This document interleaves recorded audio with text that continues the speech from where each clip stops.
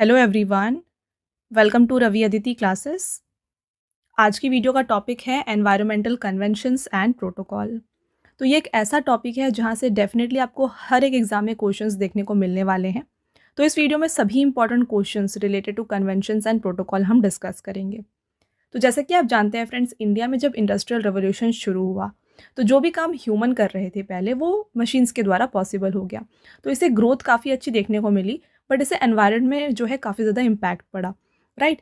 तो जब इन्वायरमेंट यहाँ पे डिटोरिएट हो रहा था, ख़राब हो रहा था, उसको बचाने के लिए, प्रोटेक्ट करने के लिए यहाँ पे डिफरेंट कन्वेंशंस एंड प्रोटोकॉल्स को लागू किया गया। और इन्हीं कन्वेंशंस एंड प्रोटोकॉल को हम इस वीडियो में डिस्कस करेंगे, राइट। तो जो भी इंपॉर्टेंट कन्वेंशंस है, जैसा कि आप जानते हैं रामसर कन्वेंशन, इसके बाद हम बात करें स्टॉकहोम कॉन्फ्रेंस, ऐसे जितने भी इंपॉर्टेंट कॉन्फ्रेंस एंड प्रोटोकॉल है वो मैं आपको इस वीडियो में बताने वाली हूँ। पहले हम सभी प्रोटोकॉल्स एंड कन्वेंशंस को थ्योरी पोर्शन में डिस्कस करेंगे, एंड देन उससे रिलेटेड जो भी इंपॉर्टेंट एमसीक्यूज है वो मैं आपको यहाँ पे एक्सप्लेन करने वाली हूँ, राइट। तो कंप्लीट वीडियो के एंड तक बने रहिएगा। यहाँ पर आपके लिए हर एक question selected and most important है। अगर आप किसी भी एग्जाम की तैयारी कर रहे हैं, ये वीडियो आपके लिए मोस्ट बेनिफिशियल वीडियो होने वाला है। और यकीन मानिए, हर एक इंपॉर्टेंट क्वेश्चन आपको इस टॉपिक से इस वीडियो में मिल जाएगा, राइट। तो चलिए शुरू करते हैं। और सबसे पहले हम बात करेंगे यहाँ पे रामसर कन्वेंशन के बारे में। देखिए, रामसर कन्वेंशन जो कि 1971 में साइन किया गया था, इसके बारे में थ्योरी पहले हम डिस्कस करेंगे, देन हम बात करेंगे एमसीक्यूज की। The Ramsar convention, it is an international treaty for the conservation of and vice use of wetlands. तो जो वेटलैंड्स होते हैं उनके कंजर्वेशन एंड वाइस यूज़ के लिए जो है यहाँ पे ये इंटरनेशनल ट्रीटी होती है रामसर कन्वेंशन। इसे हम ऑल्सो कन्वेंशन ऑन वेटलैंड्स के नाम से जानते हैं, राइट। और यहाँ पे हम बात करें फ्रेंड्स कि वेटलैंड क्या होते हैं, तो वेटलैंड एक ऐसा एरिया होता है जो कि अगर 8 महीने से ज़्यादा कोई भी एक लैंड एरिया जो है ना पानी में सबमर्ज रहता है, तो ये पानी में डूबा हुआ होता है, उसे हम कहते हैं वेटलैंड, राइट। तो वेटलैंड्स को प्रोटेक्ट करने के लिए यहाँ पे रामसर कन्वेंशन को साइन किया गया था। इसे कब साइन किया गया? देखिए, it was signed on February 2nd 1971 in the city of Ramsar, Iran. This treaty became effective globally on December 21, 1975। तो ईरान में एक शहर है जिसका नाम है रामसर, वहाँ पर इस ट्रीटी को साइन किया गया था Feb 2nd 1971 को, और इसीलिए हम इस ट्रीटी को रामसर कन्वेंशन के नाम से जानते हैं, ठीक है। और साथ में फ्रेंड्स, जो Feb 2nd को ये साइन किया गया था, इसीलिए हर साल Feb 2nd को हम वर्ल्ड वेटलैंड के डे के रूप में सेलिब्रेट भी करते हैं, राइट। तो ये साइन किया गया Feb 2nd 1971 को, और ये ग्लोबली लागू जो हुआ है ना, ये हुआ है December 21, 1975 को। इंडिया ने इस ट्रीटी को अब साइन किया है, तो India signed the treaty on Feb 1st 1982। India ने इस ट्रीटी को Feb 1st 1982 को साइन किया। वर्ल्ड वेटलैंड डे, देखिए, celebrated every year on Feb 2nd to awareness regarding the importance of wetland. तो वेटलैंड से रिलेटेड जो भी अवेयरनेस है उसे बढ़ाने के लिए हर साल वर्ल्ड वेटलैंड डे मनाया जाता है Feb 2nd को। हेडक्वार्टर कहाँ पर है इसका? इसका हेडक्वार्टर लोकेटेड है in Gland, Switzerland. Next point देखिएगा, currently there are total of 99 Ramsar sites in India. The Shekha lake bird sanctuary Aligarh in Uttar Pradesh was declared the 99th Ramsar site in April 2026। तो जो मोस्ट रिसेंट यहाँ पे Ramsar site हमारे India का है वो है शेखा लेक बर्ड सेंचुरी, जो कि अलीगढ़ उत्तर प्रदेश में है। और इंडिया में अगर हम बात करें total count of Ramsar sites कितने हैं, तो ये हो गए हैं 99। State with the highest number of sites अगर हम बात करें तो ये तमिलनाडु है। तमिलनाडु में टोटल 20 रामसर साइट्स हैं। सेकेंड पोजीशन पे उत्तर प्रदेश आता है with total of 12 Ramsar sites. India की रैंकिंग इन एशिया जो है ना, देखिए, India ranks first in Asia and third globally. तो एशिया में अगर हम बात करें तो इंडिया फर्स्ट पोजीशन पे है, ग्लोबली इंडिया थर्ड पोजीशन पे आता है। फर्स्ट आता है यूके एंड सेकेंड है मैक्सिको, थर्ड हमारा इंडिया है। नेक्स्ट यहाँ पे देखिएगा, लार्जेस्ट रामसर साइट जो है ना, ये है Sundarban delta which is located in West Bengal. Smallest site है Renuka wetland which is in Himachal Pradesh. Next, Montreux record की अगर हम बात करें तो करेंटली 2 साइट्स फ्रॉम इंडिया जो कि है Loktak lake Manipur and Keoladeo national park Rajasthan are included in this record. तो मॉन्ट्रक्स रिकॉर्ड के बारे में भी हम आगे बात करेंगे। इसमें फिलहाल आप यह ध्यान रखिएगा कि इस रिकॉर्ड में जो है ना, इंडिया से 2 साइट्स एडेड हैं, मणिपुर का लोकतक लेक एंड राजस्थान का केवलादेव नेशनल पार्क, राइट। तो फ्रेंड्स, एग्जाम में डायरेक्टली ऐसे पूछा जाता है कि लोकतक लेक ये कहाँ पर लोकेटेड है, राइट। तो राइट आंसर हो जाएगा मणिपुर। आपको इस तरीके से भी क्वेश्चंस को ध्यान रखना है। तो ये हो गए all the important points and facts related to Ramsar convention. अब चलिए बात करते हैं MCQs related to this topic. सबसे पहला क्वेश्चन है, in which year and in which country was the Ramsar convention and intergovernmental treaty on wetlands of international importance adopted.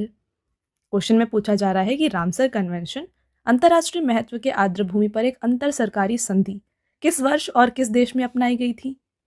तो इसे साइन किया गया था 1971 में ईरान में।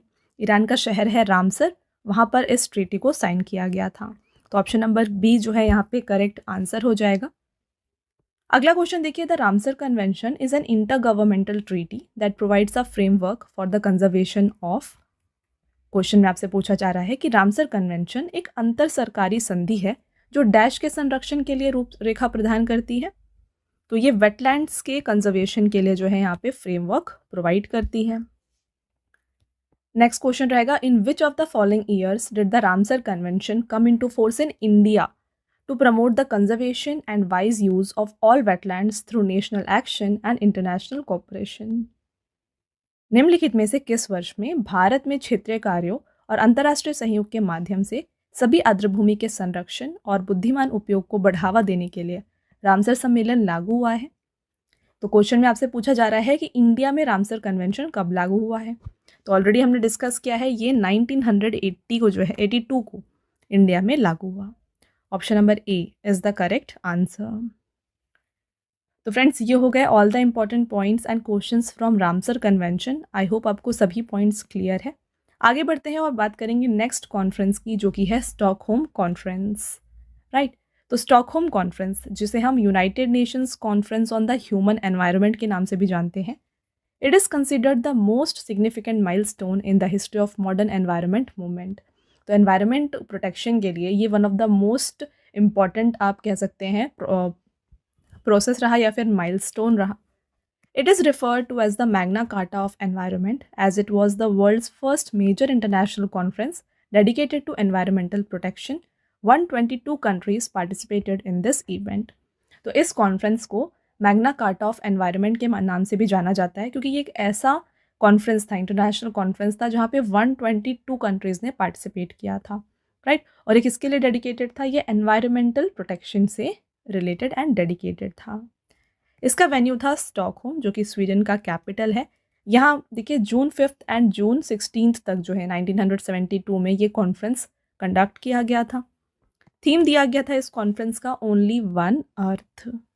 इंडिया की रोल की अगर हम बात करें, the then prime minister Indira Gandhi participated in this conference and coined the famous slogan poverty is the greatest polluter.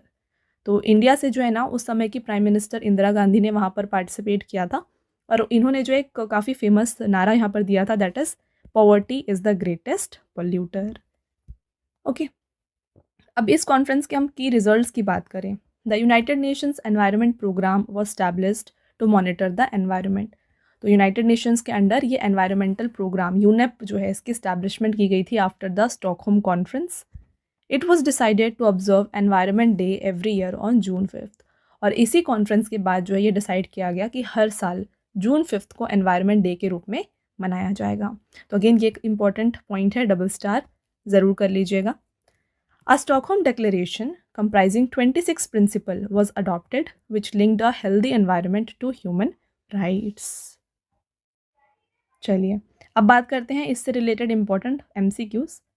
First question रहेगा, when was the first international conference on environment held in Stockholm Sweden. Stockholm Sweden में आयोजित पर्यावरण के संबंध में पहला अंतर्राष्ट्रीय सम्मेलन कब हुआ था। तो ये कंडक्ट किया गया था जून 5, 1972 को। ध्यान रखिएगा फ्रेंड्स, इसीलिए जून 5 को जो है हम हर साल वर्ल्ड एनवायरनमेंट डे के रूप में भी मनाते हैं। Next question, how many principles were formulated at the Stockholm conference on human environment held इन 1972। 1972 में मानव पर्यावरण पर आयोजित स्टॉकहोम कॉन्फ्रेंस में कितने सिद्धांतों का सूत्रीकरण किया गया था। तो यहाँ पे टोटल 26 प्रिंसिपल्स को जो है फॉर्मुलेट किया गया। Next question, in which year was the Stockholm conference on persistent organic pollutants signed. स्थायी कार्बनिक प्रदूषकों पर स्टॉकहोम समझौते पर किस वर्ष हस्ताक्षर किए गए थे। तो ये साइन किया गया था इन द ईयर 2001। तो वीडियो को शुरू करने से पहले मैं आपको बताना चाहती हूँ हमारे PDF नोट्स के वेबसाइट के बारे में, जो कि है www.ravibookspdf.com। तो यहाँ पे आपको देखिए मिल जाएगा मंथली ई बुक। हाल ही में आपके लिए अप्रैल 2026 का जो मंथली ई बुक है करंट अफेयर्स का, ये लॉन्च किया गया है। यहाँ पे आपके लिए 600+ MCQs को कवर किया गया है with all the important topics of current affairs. तो इसी तरीके से आपको हर मंथ की जो मंथली करंट अफेयर्स होती है, ये आपको हमारे इस वेबसाइट में मिल जाएगी। साथ में फ्रेंड्स यहाँ पे 11,000 GK GS की ई बुक भी आपके लिए अवेलेबल है। देन बात करें PDFs की, काफ़ी लोगों की डिमांड होती है कि जो भी आप वीडियोस देखते हैं उनकी PDFs चाहिए, तो ये आपको मिल जाएगी हमारी एप्लीकेशन रवि स्टडी ऐप पर। तो यहाँ पे आपको जो है ना सभी जो PDFs है जो आप देख रहे हैं वीडियोस, ये मिल जाएंगी। इसके अलावा आपको YouTube video notes, GK GS की ई बुक्स, करंट अफेयर्स की टेस्ट सीरीज़ भी आपके लिए यहाँ पे इस एप्लीकेशन पर अवेलेबल हैं, राइट। और फ्रेंड्स यहाँ पे अगर आपकी कोई भी क्वेरीज़ है ना, तो ये आप हमारे व्हाट्सअप नंबर पे कांटेक्ट करके पूछ सकते हैं, जो कि है 9888749999। All right. इसके अलावा देखिए अगर आपको बुक्स की हार्ड कॉपीज़ चाहिए तो ये आपको मिल जाएंगी हमारी वेबसाइट www.raviaditipublication.com पर। यहाँ पे आपको 25,000 GK GS जनरल स्टडीज़ की book and other important books जो आपके हर एक एग्ज़ाम के लिए यूज़फुल होने वाली है, ये भी आपको यहाँ पर मिल जाएंगी। तो इस पर भी जाकर आप ये बुक्स को परचेज कर सकते हैं। All right. Next question, eight which conference was the observance of world environment day announced? विश्व पर्यावरण दिवस मनाने की घोषणा किस सम्मेलन में की गई थी? Very very important question. जब देखिए एग्जाम में अगर आपसे डायरेक्टली डे नहीं पूछा जा रहा है तो ऐसे क्वेश्चंस आपसे पूछे जा सकते हैं। फॉर एग्जांपल आप जैसे देखते हैं हम बैंक्स की अगर हम बात करें, RBI का आपसे ईयर नहीं पूछा जाएगा, बट आपसे ये पूछा जाएगा कि ये कौन से कमेटी के रिकमेंडेशन पर बनाई गई थी, राइट। उसी तरीके से यहाँ पे वर्ल्ड एनवायरनमेंट डे जून 5 को मनाया जाता है। ये काफ़ी डायरेक्ट क्वेश्चन है, बट यहाँ पर अगर आपसे पूछा जाएगा कि इसको कौन से कॉन्फ्रेंस में अनाउंस किया गया था कि वर्ल्ड एनवायरनमेंट डे इस दिन मनाया जाएगा, तो ऐसे क्वेश्चंस फ्रेंड्स आपको एग्जाम में देखने को मिलेंगे। यहाँ पर राइट आंसर हो जाता है Stockholm conference. All right, I hope आपको ये पॉइंट क्लियर है। नेक्स्ट क्वेश्चन की तरफ बढ़ेंगे। What was the main slogan of the Stockholm conference? Stockholm सम्मेलन का मुख्य नारा क्या था? तो ऑलरेडी हमने डिस्कस किया है, इसका थीम दिया गया था only one earth. Next question, in the light of Stockholm Conference, in which year did the Government of India constitute the National Committee on Environmental Planning and Coordination? Stockholm सम्मेलन के मद्देनजर भारत सरकार ने किस वर्ष में पर्यावरण योजना और समन्वय पर राष्ट्रीय समिति का गठन किया था? राइट आंसर हो जाएगा 1972। What was the official name of Stockholm Conference? Stockholm सम्मेलन का आधिकारिक नाम क्या था? तो इसका नाम था United Nations conference on the human environment. Next रहेगा, which international organization was established as a result of Stockholm conference? Stockholm सम्मेलन के परिणाम स्वरूप किस अंतर्राष्ट्रीय संगठन की स्थापना हुई थी? तो स्टॉकहोम कॉन्फ्रेंस के बाद यूनाइटेड नेशंस एनवायरनमेंट प्रोग्राम को स्टैब्लिश किया गया। राइट आंसर है फ्रेंड्स ऑप्शन नंबर ए। अगला question, who participated in and address the Stockholm conference on the behalf of India? Bharat की ओर से स्टॉकहोम सम्मेलन में किसने भाग लिया और संबोधित किया था? तो इंडिया से उस समय की प्राइम मिनिस्टर इंदिरा गांधी ने पार्टिसिपेट किया। Next question, poverty is the greatest cause of pollution, who made this famous statement in Stockholm? गरीबी प्रदूषण का सबसे बड़ा कारण है, यह प्रसिद्ध कथन स्टॉकहोम में किसने दिया था? तो ये दिया गया था बाय इंदिरा गांधी। तो ये हो गए सभी important questions related to Stockholm convention. Next हम कन्वेंशन की बात करेंगे, that is CITES convention. The CITES convention, also known as Washington convention, is the world's most powerful agreement for preventing the illegal international trade in wildlife and plants. Currently, 185 countries are members of this. तो sites convention जो है ना, ये Washington convention के नाम से जाना जाता है और ये वर्ल्ड का मोस्ट पावरफुल अग्रीमेंट है फॉर प्रिवेंटिंग इलीगल जो इंटरनेशनल ट्रेड होता है वाइल्ड लाइफ एंड प्लांट्स में, उसके लिए। इसमें करेंटली 185 कंट्रीज़ शामिल हैं। इसका फुल नेम क्या है? साइट्स का फुल फॉर्म आप देख सकते हैं, convention on international trade in endangered species of wild fauna and flora. Establishment की बात करें तो signed in Washington DC 1973, also referred to as the Washington Convention. तो इसे साइन किया गया था 1973 में वॉशिंगटन डीसी में, और इसीलिए इसे वॉशिंगटन कन्वेंशन के नाम से जाना जाता है। तो फ्रेंड्स यहाँ पे आप देख रहे हैं हम सीरियल वाइज, यानी कि 1971 का रामसर कन्वेंशन, देन 72 का स्टॉकहोम कॉन्फ्रेंस, एंड देन 73 का साइट्स कन्वेंशन, हम इसे लाइन वाइज यहाँ पे डिस्कस कर रहे हैं ताकि आपको याद रखने में आसानी हो। All right, entry into force, इसकी लागू कब किया गया? ये लागू हुआ है जुलाई 1 1975 को। इसका सेक्रेटेरिएट लोकेटेड है जेनेवा, स्विट्जरलैंड में। इसे एडमिनिस्टर किया गया है by UNEP.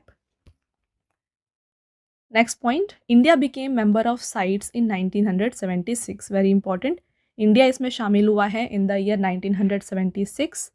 In India CITES regulation are strictly enforced through the wild life protection act 1972। इसके मेन ऑब्जेक्टिव्स की अगर हम बात करें तो क्या है साइट्स कन्वेंशन का? देखिए, to ensure that international trade does not threaten the survival of species. Next objective, to curb the poaching and tracking of wildlife parts जैसे कि ivory, hides and horns, to prevent the unregulated trade of plants and medicinal herbs. अब चलिए बात करेंगे important questions related to CITES convention. First question रहेगा, the international treaty CITES is related to. CITES अंतर्राष्ट्रीय संधि किससे संबंधित है? तो ये कंजर्वेशन करती है एंडेंजर्ड प्लांट्स एंड एनिमल्स का। तो option number A is the correct answer. Next question, in which year did India became a signatory to the convention on international trade in endangered species of wild fauna and flora? Bharat किस वर्ष वन्य जीवों और वनस्पतियों की संकाटपन प्रजातियों के अंतर्राष्ट्रीय व्यापार पर कन्वेंशन का हस्ताक्षरकर्ता बना है? तो इंडिया ने इसे साइन किया था in the year 1976। Which of the following convention is related to the control of illegal trade in endangered species? निम्नलिखित में से कौन सा सम्मेलन लुप्तप्राय प्रजातियों में अवैध व्यापार के नियंत्रण से संबंधित है? तो ये हो जाता है sites convention. What is the full form of CITES convention? Again very important question. CITES convention का full form आपको बताना है। ये है convention on international trade in endangered species of wild fauna and flora. आगे बढ़ेंगे। By what other name is the CITES convention known? Sites convention को और किस नाम से जाना जाता है? तो इसे हम वॉशिंगटन कन्वेंशन के नाम से भी जानते हैं क्योंकि इसे साइन किया गया था इन वॉशिंगटन। अगला question, in which year was the CITES convention signed and when did it come into effect? Sites convention पर हस्ताक्षर किस वर्ष किए गए थे और ये प्रभावी कब हुआ था? तो इसे साइन किया गया था इन द ईयर 1973 और ये इफेक्टिव हुआ है from the year 1975। Next, where is the secretariat of CITES located? CITES का सचिवालय कहाँ पर स्थित है? ये लोकेटेड है इन जेनेवा, स्विट्जरलैंड। तो ये हो गया फ्रेंड्स सभी important questions related to CITES convention. अब चलिए हम बात कर लेते हैं ब्रंटलैंड रिपोर्ट के बारे में जिसे 1987 में लागू किया गया था। देखिए, द ब्रंटलैंड रिपोर्ट, जिसे हम आवर कॉमन फ्यूचर के नाम से भी जानते हैं, is a landmark document in the history of environment and development. It was released in 1987 by the world commission on environment and development. तो world commission on environment and development के द्वारा इसे 1987 में रिलीज किया गया था। चेयरमैनशिप की बात करें, the commission was shared by Norway's then PM Gro Harlem Brundtland. It is named the Brundtland report after her. तो उनके ही नाम पर जो है इसका नाम ब्रंटलैंड रिपोर्ट पड़ा है क्या इसके बारे में डिटेल में बात करें तो this report for the first time defined and popularised the concept of sustainable development at a global level. तो इसी रिपोर्ट के बाद जो है यहाँ पे सस्टेनेबल डेवलपमेंट की बात शुरू की गई थी और ये कॉन्सेप्ट पॉपुलराइज हुआ था। अब सस्टेनेबल डेवलपमेंट होता क्या, एक बार आपको मैं ब्रीफ में बता देती हूँ। देखिए, development that meets the need of a present generation in such a way that it does not compromise the ability of future generation to meet their own needs. तो डेवलपमेंट उस तरीके से जहाँ पे हम प्रेजेंट जनरेशन की जो needs हैं वो फ्यूचर जनरेशन के नीड्स को कॉम्प्रोमाइज़ न करे, तो उस डेवलपमेंट को हम कहते हैं सस्टेनेबल डेवलपमेंट। ठीक है, अब चलिए बात करते हैं इससे रिलेटेड इंपॉर्टेंट MCQs। पहला क्वेश्चन है, what is the title of Brundtland report? तो ब्रंटलैंड रिपोर्ट का शीर्षक क्या रहा? ये था our common future. Next question, the famous Brundtland report also known as our common future is the result of which commission? प्रसिद्ध Brundtland report, जिसे हमारा साझा भविष्य भी कहा जाता है, किस आयोग का परिणाम है? तो राइट आंसर हो जाता है world commission on environment and development. आगे बढ़ेंगे। विच की concept did the Brundtland report our common future formally introduced, defined as meeting present needs without compromising the ability of future generation to meet their own needs? देखिए, Brundtland report हमारा साझा भविष्य ने औपचारिक रूप से किस प्रमुख अवधारणा को पेश किया जिसे भविष्य की पीढ़ियों की अपनी जरूरतों को पूरा करने की क्षमता से समझौते किए बिना वर्तमान जरूरतों को पूरा करने के रूप में परिभाषित किया गया है? तो इस डेवलपमेंट को हम कहते हैं सस्टेनेबल डेवलपमेंट। अगला question, which of the following report popularize the term sustainable development? सतत विकास शब्द को निम्नलिखित में से किस रिपोर्ट ने अधिक लोकप्रिय बनाया है?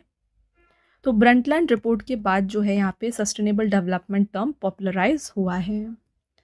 ठीक है, नेक्स्ट कन्वेंशन आता है यहाँ पे वियना कन्वेंशन, जिसे 1985 में साइन किया गया था। तो चलिए बात करते हैं डिटेल में इसके बारे में। The 1985 Vienna Convention is a landmark multilateral environmental agreement primarily aimed at the protection of ozone layer. This treaty establishes a framework for scientific research and exchange of information and monitoring among nations to safeguard the ozone layer. तो Vienna convention जो है ना, ये एक landmark multilateral environment agreement था जो किसके ऊपर फोकस कर रहा था? ये फोकस कर रहा था ओजोन लेयर के प्रोटेक्शन पर। ठीक है, तो इस ट्रीटी ने यहाँ पे एक फ्रेमवर्क स्टैब्लिश किया था for scientific research and exchange of information and monitoring among Nations, ताकि ये ओजोन लेयर को सेफगार्ड कर सकें। नेक्स्ट, एस्टैब्लिशमेंट की बात करें तो it was adopted on March 22, 1985 in Vienna, Austria. इसे अडॉप्ट किया गया था 1985 मार्च 22 को वियना, ऑस्ट्रिया में। इसे लागू कब किया गया? This agreement became effective on September 22, 1988। Objective की बात करें तो regulate human activities that deplete the ozone layer and to protect both environment and human health. तो ये बात करता है प्रोटेक्शन ऑफ ओजोन लेयर के बारे में। अब बात करेंगे friends important questions related to Vienna convention. पहला क्वेश्चन है, the Vienna convention is primarily concerned with the protection of.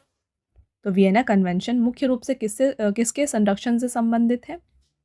Right answer हो जाएगा ozone layer. In which year was the Vienna convention adopted? Vienna convention को किस वर्ष अपनाया गया है? तो इसको अपनाया गया था 1985 में।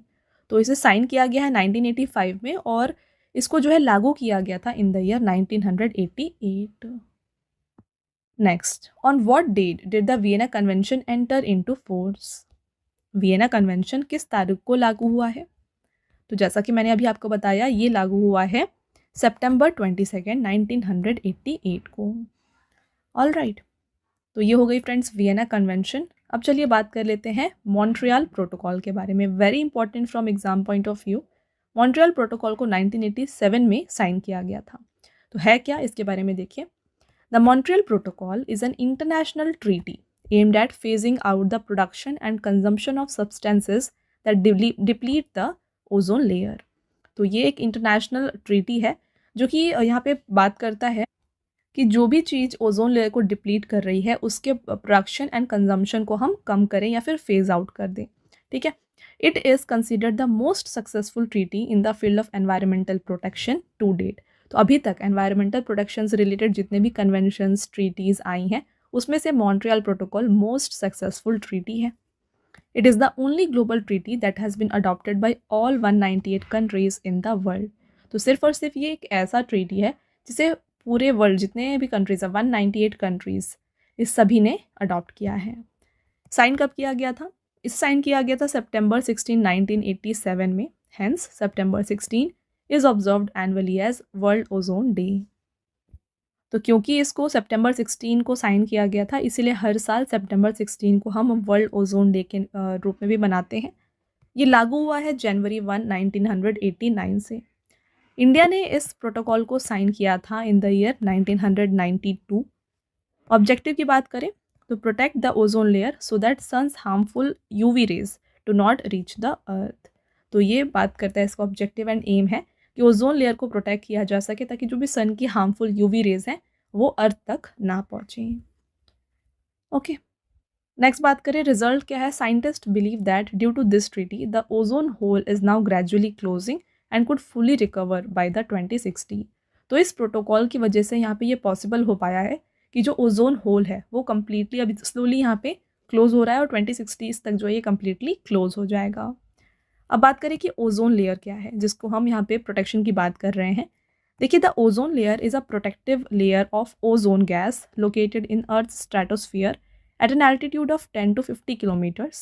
It protects life on Earth by absorbing the sun's harmful UV radiation. तो जैसे अर्थ है, ठीक है, अर्थ के डिफरेंट यहाँ पे हम बात करते हैं लेयर्स होते हैं, तो इन लेयर्स में एक होता है स्ट्रेटोस्फीयर, ठीक है। तो स्ट्रेटोस्फीयर में ही ये ओजोन पाया जाता है। ओजोन का यहाँ पे अगर हम बात करें फॉर्मूला क्या है तो O3 के नाम से ये जाना जाता है, ठीक है। एग्जाम में डायरेक्टली पूछा जाता है कि ओजोन का केमिकल नेम क्या है, तो ये हो जाता है O3। तो ये जो स्ट्रेटोस्फीयर है ये हमारे अर्थ से जो है 10 to 50 किलोमीटर्स के रेंज में पाया जाता है और यहीं पर ये ओजोन है। ये क्या करता है, ये अर्थ में जो भी यूवी रेज सन से आती हैं उसे प्रोटेक्ट करता है, ठीक है, उसे रोकता है। तो ये है ओजोन लेयर। आई होप आपको ये पॉइंट क्लियर है और इसको ही बचाने के लिए, प्रोटेक्ट करने के लिए मॉन्ट्रियल प्रोटोकॉल लागू किया गया है। ऑल राइट, चलिए नेक्स्ट बात करते हैं important questions related to Montreal protocol. तो यहाँ पे आपका पहला क्वेश्चन है, what is the Montreal protocol related to. Montreal प्रोटोकॉल किससे संबंधित है, तो ये रिलेटेड है to reduction in CFCs। CFCs क्या होते हैं, जो क्लोरोफ्लोरोकार्बन्स होते हैं, ये ओजोन लेयर को डिस्ट्रॉय करते हैं, ठीक है। तो इसको रिड्यूस करना इसका one of the main M है। प्रोटेक्शन ऑफ ओजोन लेयर, ये इसका एम है। Phasing out ozone depleting substances, तो जो भी यहाँ पे सब्सटेंस जो ओजोन लेयर को ख़राब कर रही हैं उसे कम करना या फेज आउट करना, ये भी इसका वन ऑफ द एम है। तो all of the above is the right answer. Next question, in which year was the Montreal protocol signed. Montreal protocol को किस वर्ष हस्ताक्षर किया गया था। इसे साइन किया गया था in the year 1987। Next, the Montreal protocol formulated in response to concerns regarding the depletion of ozone layer is a outcome of an international conference that was held in. Ozone परत के क्षरण के प्रति चिंताओं से संबंध में तैयार मॉन्ट्रियल प्रोटोकॉल एक अंतर्राष्ट्रीय सम्मेलन का प्रतिफल है जो कहाँ आयोजित हुआ था। तो इस कॉन्फ्रेंस को जो है ना ऑर्गेनाइज किया गया था वियना में। Next question, which of the following amendment was recently made to the Montreal protocol. Montreal protocol में हाल ही में निम्नलिखित में से कौन सा संशोधन किया गया है। तो यहाँ पे एक किगाली अमेंडमेंट जो है किया गया है। Which of the following chemical replaced chlorofluorocarbons following their phase out under the Montreal Protocol? Montreal protocol के कारण क्लोरोफ्लोरोकार्बन को समाप्त करने के बाद निम्नलिखित में से किस रसायन ने इसका स्थान लिया है। तो यहाँ पर इसे रिप्लेस किया है हाइड्रोक्लोरोफ्लोरोकार्बन्स ने। नेक्स्ट बात करते हैं, in which year did the Montreal protocol come into force. Montreal protocol किस वर्ष लागू हुआ है। तो ये लागू हुआ है in the year 1989। Which of the following is an international protocol for the protection of ozone layer established in 1987? इनमें से कौन सा 1987 में ओजोन परत की सुरक्षा हेतु अंतर्राष्ट्रीय प्रोटोकॉल है। तो इस प्रोटोकॉल का नाम है मॉन्ट्रियल प्रोटोकॉल। अगला question, the only United Nations treaty related to environmental issues that has been ratified by all UN member states. पर्यावरणीय मुद्दों से संबंधित एकमात्र संयुक्त राष्ट्र संधि जो सभी संयुक्त राष्ट्र सदस्य देशों द्वारा पुष्टि की गई है वो कौन सी है। यह है मॉन्ट्रियल प्रोटोकॉल। ऑल राइट, आगे बढ़ते हैं और बात कर लेते हैं कन्वेंशन ऑन बायोलॉजिकल डाइवर्सिटी 1992 के बारे में। देखिए, the convention on biological diversity 1992 is a landmark international agreement in the field of environmental conservation. It was one of the key treaties signed during the 1992 Rio Earth Summit. तो CBD, इसे हम short में CBD के नाम से जाते हैं, convention on biological diversity. तो ये one of the most important treaties था जिसको रियो अर्थ समिट जो कि 1992 में हुआ था वहाँ पर साइन किया गया था। India became a party to this convention on Feb 18, 1994। तो इंडिया जो है इसका 1994 में बना। To fulfill the objectives of every convention, the Government of India enacted the Biological Diversity Act 2002। तो इसको लागू करने के लिए, इसके ऑब्जेक्टिव्स को फुलफिल करने के लिए गवर्नमेंट ऑफ इंडिया के द्वारा बायोलॉजिकल डाइवर्सिटी एक्ट लागू किया गया था। इसे साइन किया गया है जून 5, 1992 को इन रियो डे जेनेरियो, ब्राज़ील। लागू हुआ है from December 29, 1993। It is an international treaty compliance which is legally binding upon member countries. And इसका जो सेक्रेटेरिएट है ना, ये लोकेटेड है मॉन्ट्रियल, कनाडा में। अब बात कर लेते हैं इस कन्वेंशन की जो मेजर यहाँ पे 3 ऑब्जेक्टिव्स हैं उनके बारे में। सबसे पहले इसमें आता है कंजर्वेशन ऑफ बायोडाइवर्सिटी। बायोडाइवर्सिटी क्या होता है वो हम आगे बात करेंगे। देखिए, protecting all organism, species and ecosystem present on earth, तो ये इसका मेजर ऑब्जेक्टिव है। सेकेंड देखेंगे sustainable use of biological resource, utilising natural resource in such a way that they remain available for future generation. तो जो भी biological resource हैं उनको इस तरीके से यूज़ किया जाए जो कि आगे आने वाली जनरेशन्स को भी यहाँ मिले। ये जो है sustainable use of biological resource, और ये इसका वन ऑफ द एम है। Next, fair sharing of benefits, ensuring the fair and equitable sharing among nations of the benefiting arising from the utilization of genetic resources। अब चलिए यहाँ पे बात करते हैं what is biodiversity. Biodiversity refers to diversity of life on earth encompassing various species of animals, plant, microorganism as well as their genes and ecosystems. It is essential for ecological balance, food, medicine and climate regulation। तो biodiversity का मतलब ये होता है कि जितनी भी अर्थ में डाइवर्सिटी है लाइफ की, जैसे कि आप देख रहे हैं डिफरेंट स्पीशीज़ ऑफ एनिमल्स हैं, डिफरेंट स्पीशीज़ ऑफ प्लांट्स हैं, different species of micro organism है, तो इन सभी को मिला के हम जो है इसे बायोडाइवर्सिटी के नाम से जानते हैं। और ये काफ़ी इंपॉर्टेंट है इकोलॉजिकल बैलेंस के लिए, फूड के लिए, मेडिसिन के लिए एंड क्लाइमेट रेगुलेशन के, क्लाइमेट बैलेंस के लिए। ओके, इससे रिलेटेड क्वेश्चन देख लीजिए। When did India become a party to the Convention on Biological Diversity? Bharat जैव विविधता अभिसमय का पक्षकार कब बना है? तो इंडिया ने इसे साइन किया है in the year 1994। Next, the historic conference on biological diversity held in Rio de Janeiro in 1992 is also known as the. 1992 में रियो डे जेनेरियो में आयोजित जैविक विविधता पर ऐतिहासिक सम्मेलन को इस रूप से भी जाना जाता है, तो इसे हम अर्थ समिट के नाम से भी जानते हैं। अगला question, when is world biodiversity day celebrated? विश्व जैव विविधता दिवस हर साल कब मनाया जाता है? तो हर साल इसे हम मई 22 को सेलिब्रेट करते हैं। अगला question, when was the convention on biological diversity signed? जैव विविधता पर सम्मेलन पर हस्ताक्षर कब किए गए हैं? इसे साइन किया गया है during the earth summit in Rio de Janeiro 1992। Next question, in which year was the biological diversity act passed? जैविक विविधता अधिनियम किस वर्ष में पारित किया गया था? तो ये एक्ट पास हुआ है इन द ईयर 2002। राइट, चलिए अब नेक्स्ट बात कर लेते हैं अर्थ समिट के बारे में। देखिए, the earth summit, officially known as United Nations conference on environment and development, is considered the largest and most significant global gathering in the history of environmental conservation। तो earth summit largest and most significant global gathering है in the field of environmental conservation. इसे organize किया गया था जून 3 से लेकर जून 14, 1992 में। Location था रियो डे जेनेरियो, ब्राज़ील। इसमें पार्टिसिपेट कर रहे थे representatives from over 172 countries. Objective क्या है? To formulate a framework for development that enables economic progress without causing harm to the environment.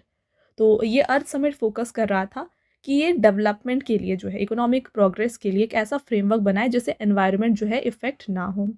Right, और इस अर्थ समिट को हम रियो समिट के नाम से भी जानते हैं। तो इस अर्थ समिट से रिलेटेड देखिए डिफरेंट पॉइंट से बात करें, कब कब ये कंडक्ट किया गया था।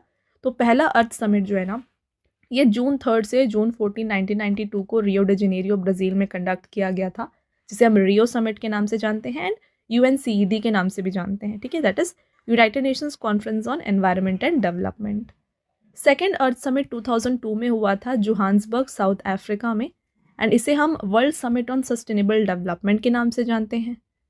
थर्ड आता है यहाँ पे समिट, जो कि 2012 में हुआ था रियो डे जनेरियो ब्राज़ील में, और इसे हम Rio+20 या फिर Rio+20 कॉन्फ्रेंस के नाम से जानते हैं। तो ये अभी तक के 3 इंपॉर्टेंट अर्थ समिट्स हैं जो कंडक्ट किए गए हैं। ओके, आगे बढ़ते हैं और डिस्कस करते हैं इंपॉर्टेंट MCQs। तो फ्रेंड्स, आगे बढ़ने से पहले आपके लिए एक छोटा सा रिमाइंडर है। यहाँ पे आप देख रहे हैं जो भी इंपॉर्टेंट पॉइंट्स हो सकते हैं वो सभी मैंने आपके लिए इंक्लूड किया है। तो अगर आपको वीडियो की क्वालिटी एंड कंटेंट अच्छा लग रहा है, वीडियो को लाइक ज़रूर कर दीजिएगा एंड साथ में चैनल को सब्सक्राइब कर लीजिए। ऐसे और भी इंपॉर्टेंट टॉपिक्स के ऊपर वीडियोज़ हम आपके लिए लाते रहेंगे। ओके, चलिए आगे बढ़ते हैं और बात कर लेते हैं अर्थ समिट से रिलेटेड इंपॉर्टेंट क्वेश्चंस। पहला क्वेश्चन है, in which year was the first earth summit held? पहला पृथ्वी सम्मेलन किस वर्ष आयोजित किया गया था? तो ये 1992 में ऑर्गेनाइज किया गया। अगला question, where was the first international earth summit held? पहला अंतर्राष्ट्रीय पृथ्वी शिखर सम्मेलन कहाँ पर आयोजित किया गया था? इसे रियो डे जेनेरियो में ऑर्गेनाइज किया गया। What does the 21 refer to in Agenda 21 of the 1992 Earth Summit? 1992 के पृथ्वी सम्मेलन के एजेंडा 21 में 21 किसका उल्लेख करता है? तो ये डिफाइन करता है 21st सेंचुरी को। Where was the first, second and third Earth Summit held in 1992, 2002 and 2012 respectively? आपको बताना है कि जो 3 अर्थ समिट्स हुए हैं वो कौन कौन से वेन्यूज़ पर हुए थे। ऑलरेडी मैंने आपको बताया हुआ है। देखिए, पहला और थर्ड अर्थ समिट जो है ना, ये रियो डे जेनेरियो में कंडक्ट किया गया था एंड सेकेंड अर्थ समिट ये जोहान्सबर्ग में हुआ था। ओके, तो यहाँ पे option number D is the right answer, Rio de Janeiro, Johannesburg and Rio de Janeiro. All right, next, which of the following is known as earth summit? निम्नलिखित में से कौन सा पृथ्वी शिखर सम्मेलन के रूप में जाना जाता है? Right answer, Rio declaration. In which city of the world was the earth summit 2002 held? विश्व के किस शहर में पृथ्वी सम्मेलन 2002 का आयोजन किया गया था? इसे जोहान्सबर्ग में कंडक्ट किया गया। Where was the 1992 United Nations conference on environment and development held? पर्यावरण और विकास पर 1992 का संयुक्त राष्ट्र सम्मेलन कहाँ पर आयोजित किया गया था? इसका आयोजन किया गया रियो डे जेनेरियो ब्राज़ील में। In which city was Agenda 21, a list of developmental practices introduced at the Earth Summit? किस शहर में आयोजित पृथ्वी शिखर सम्मेलन में विकासात्मक प्रथाओं की सूची एजेंडा 21 को पेश किया गया? Rio is the right answer. Next, in which year was the first earth summit held in Rio de Janeiro? पहला पृथ्वी शिखर सम्मेलन किस वर्ष में रियो डे जेनेरियो में आयोजित किया गया था? तो फर्स्ट अर्थ समिट हुआ था in the year 1992। All right, चलिए अब आगे बढ़ते हैं और बात करते हैं नेक्स्ट प्रोटोकॉल के बारे में, दैट इज क्योटो प्रोटोकॉल। देखिए, Kyoto protocol, it was the first international agreement designed to address climate change, making it legally binding for developed countries to reduce their emissions. It is an international treaty under the UNFCCC, that is United Nations framework convention on climate change. तो Kyoto protocol जो था ना, ये पहला ऐसा international agreement था जो कि डिज़ाइन किया गया था फॉर क्लाइमेट चेंज, और ये कम्प्लीटली लीगली जो आप कह सकते हैं कंपलसरी था फॉर डेवलप्ड कंट्री कि जो भी वो एमिशंस यहाँ पे होते हैं पोल्यूशन के, वो उसे रिड्यूस करें। ये ट्रीटी जो है वर्क कर रहा था under the United Nations framework convention on climate change. इसे अडॉप्ट किया गया था क्योटो जापान में ऑन December 11, 1997, और ये लागू हुआ है Feb 16, 2005 को। इंडिया ने इस क्योटो प्रोटोकॉल को साइन किया अगस्त 2002 में। Its primary objective is to control the emission of greenhouse gases into the atmosphere in order to mitigate global warming. तो इसका जो मेन ऑब्जेक्टिव है ये है कि ग्रीन हाउस गैसेस जो एमिशन होते हैं उसको कंट्रोल करें और ग्लोबल वार्मिंग जो है इससे कम हो। मेन ऑब्जेक्टिव एंड टारगेट्स की बात करें क्योटो प्रोटोकॉल की, तो देखिए, its primary objective was to reduce the concentration of greenhouse gases in the atmosphere in order to prevent global warming. It was established that developed countries would reduce their emissions by an average of 5.2% compared to 1990 levels.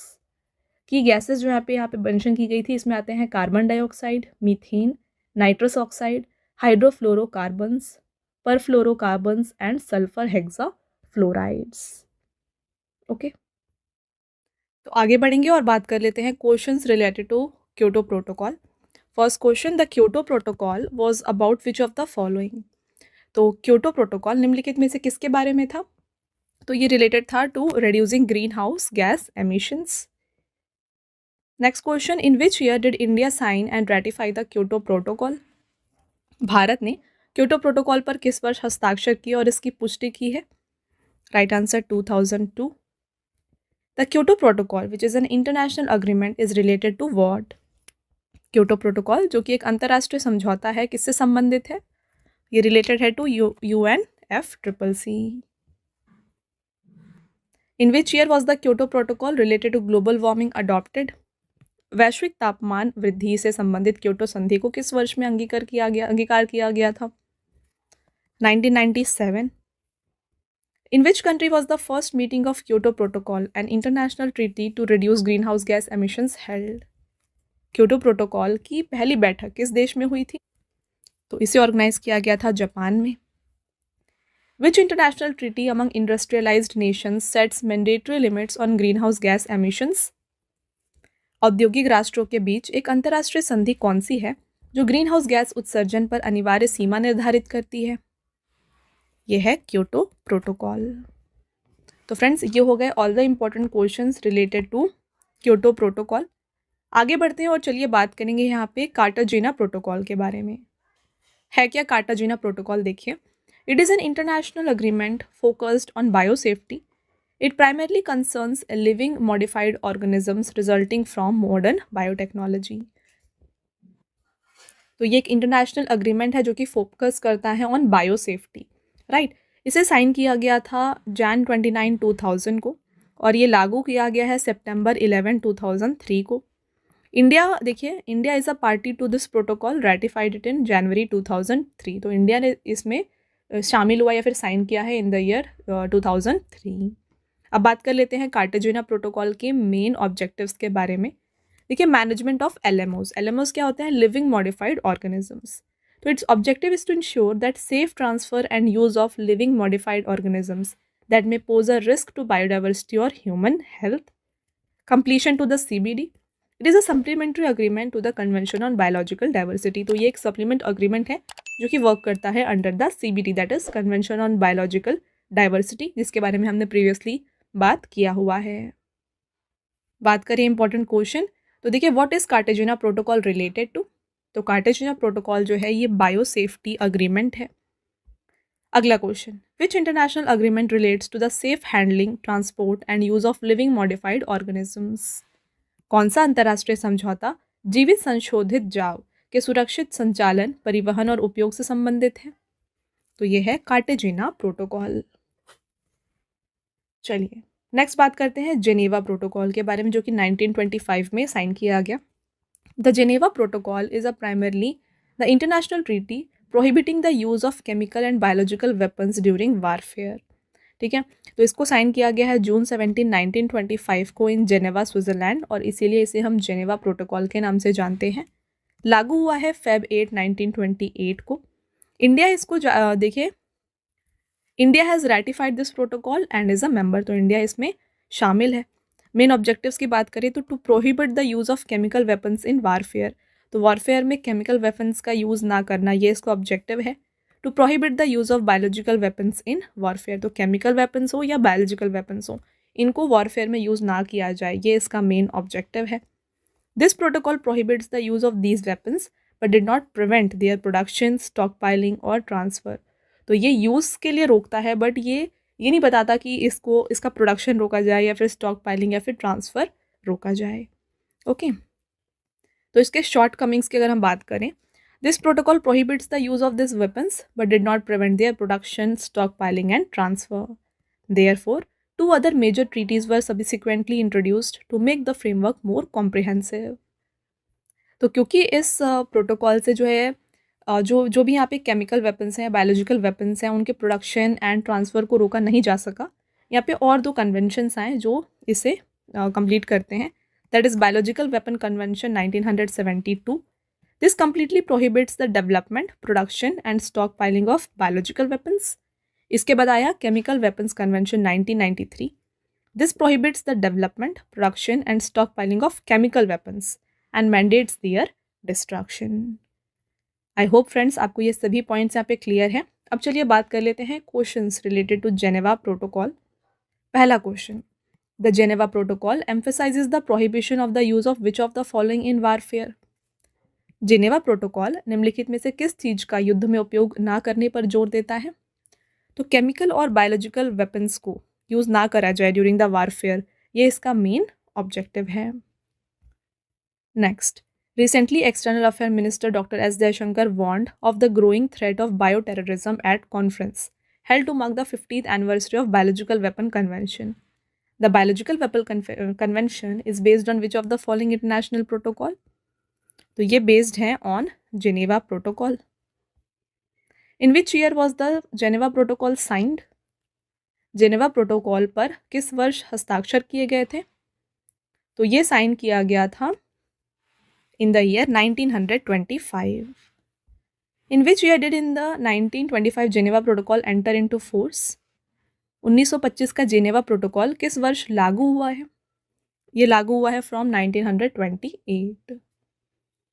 Next बात कर लेते हैं यहाँ पे MARPOL conference के बारे में, जो कि 1973 में आया है। देखिए, the MARPOL convention is the most significant global agreement for the protection of the marine environment. It was adopted by international maritime organization in 1973। तो मार्पोल कन्वेंशन जो है ना, ये बात करता है for the protection of marine environment, यानी कि जो ओशन है या फिर वाटर से रिलेटेड जो भी यहाँ पे स्पीशीज़ है उसके प्रोटेक्शन के लिए मार्पोल कन्वेंशन है। इसे इंटरनेशनल मैरीटाइम ऑर्गेनाइजेशन ने अडॉप्ट किया था इन द ईयर 1973। इसका फुल नेम है international convention for the prevention of pollution from ships. It was adopted on November 2nd, 1973.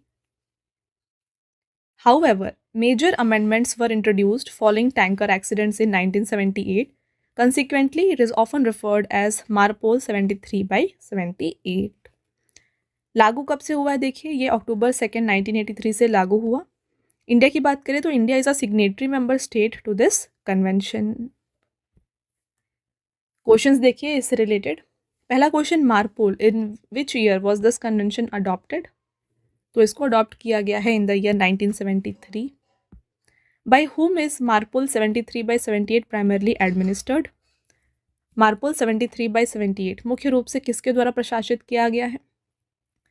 Correct answer is international maritime organisation.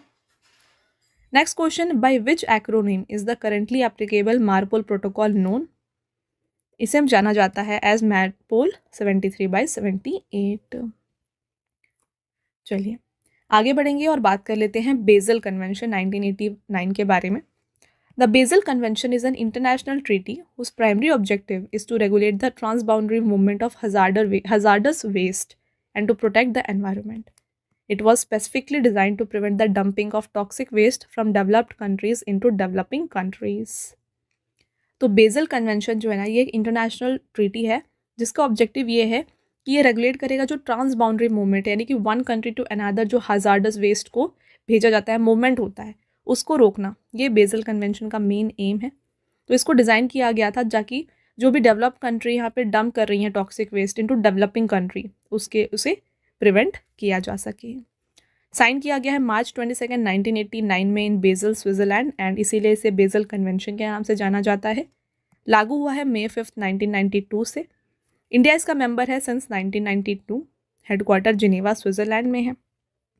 This convention does not apply to radio active waste as it is governed by the standards of international atomic energy agency. इससे related questions की बात करें तो in which year was the Basel convention adopted? Basel convention को किस वर्ष अपनाया गया था? 1989। What is the Basel convention primarily concern with? Basel convention मुख्य रूप से किससे संबंधित है? तो ये रिलेटेड है to the transboundary movement of hazardous waste. When did the Basel convention come into force? Basel convention प्रभावी कब हुआ है? राइट आंसर हो जाएगा 1992। अगला question, where is the secretariat of Basel convention located? Basel convention का सचिवालय कहाँ पर है? यह है जिनेवा में। नेक्स्ट हम बात करेंगे रोटरडैम कन्वेंशन के बारे में। देखिए, the Rotterdam convention is a international treaty concerning the trade of hazardous chemical and pesticides. Its primary objective is to facilitate information sharing regarding the import and export of chemicals among nations and to ensure the protection of human health and environment. तो Rotterdam convention बात करता है, ये एक international treaty है जो कि बात करता है related to the trade of hazardous chemical and pesticide. तो इससे जो इन्फॉर्मेशन शेयरिंग होती है, जो भी यहाँ पे केमिकल्स की एक्सपोर्ट इंपोर्ट हो रही है, उसके इन्फॉर्मेशन शेयरिंग के लिए ये एक ट्रीटी है। सिग्नेचर कब किया गया? देखिए, इसको अडॉप्ट किया गया है रोटरडैम नीदरलैंड में ऑन सितंबर 10, 1998। लागू हुआ है फेब 24, 2004 को। It is jointly administered by United Nations environment programme and food and agricultural organisation. India ratified the convention on May 24, 2005. Question: What is the Rotterdam Convention related to? Rotterdam अभिसमय किससे संबंधित है? Limiting the use of toxic chemicals. The Basel Convention, Rotterdam Convention and Stockholm Convention are related to which of the following? तो ये सभी related है to the management of pollutants. Which of the following global conventions was designed to regulate the import and export of hazardous chemical? निम्नलिखित में से कौन सा वैश्विक सम्मेलन खतरनाक रसायनों के आयात और निर्यात को विनियमित करने के लिए बनाया गया है? तो ये है रोटरडैम कन्वेंशन या फिर conference. Which of the following cities hosted the 2025 conferences of the Basel, Rotterdam and Stockholm Convention? इसे होस्ट किया गया था जेनीवा में। तो फ्रेंड्स, आगे बढ़ेंगे और चलिए बात कर लेते हैं यहाँ पे लास्ट हमारे कॉन्फ्रेंस के बारे में, that is Minamata convention 2013। The Minamata convention is a major international treaty aimed at protecting human health and environment from the harmful effect of mercury. तो मर्क्यूरी के हार्मफुल इफेक्ट से ह्यूमन हेल्थ को protect करने के लिए यहाँ पे Minamata convention ये एक मेजर इंटरनेशनल ट्रीटी है। ऑब्जेक्टिव क्या है? To control anthropogenic emissions and release of mercury. Origin of name: it is named after the city of Minamata, Japan, where the devastating Minamata disease outbreak caused by mercury pollution occurred in 1950. तो 1950s में जो है ना, mercury pollution की वजह से Minamata disease जो है जापान में देखा गया था, जापान के मीनामाटा शहर में, और इसीलिए इस कन्वेंशन का नाम मीनामाटा कन्वेंशन रखा गया है। Year of adoption: it was adopted in Geneva in 2013 and signed in Japan in October 2013. लागू कब से हुआ है? The treaty officially entered into force on August 16, 2017. India signed the treaty in 2014. India ratified the treaty in 2018, thereby becoming a full member. तो India जो है इसका 2018 से फुल मेंबर है। बात करते हैं इससे रिलेटेड क्वेश्चंस की। The Minamata Convention was held in Japan in 2013 to address the emission of which heavy metal? Very important question. किस भारी धातु के उत्सर्जन को संबोधित करने के लिए 2013 में जापान में मीनामाटा अभिसमय आयोजित किया गया था? Mercury. In which year was the Minamata Convention held? Minamata सम्मेलन किस वर्ष हुआ था? 2013. An international treaty to protect human health and phase out the use of mercury was signed in Dash in 2013.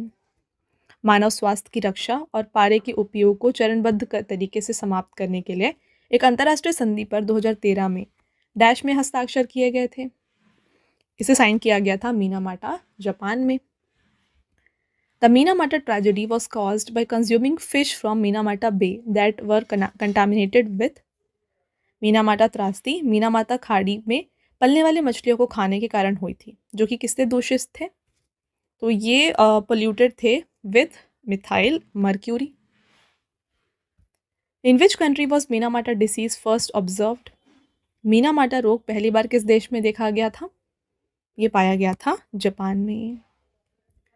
Minamata disease is caused by eating fish that contains high level of. Minamata रोग मछली खाने से होता है जिसमें क्या high level में होता है?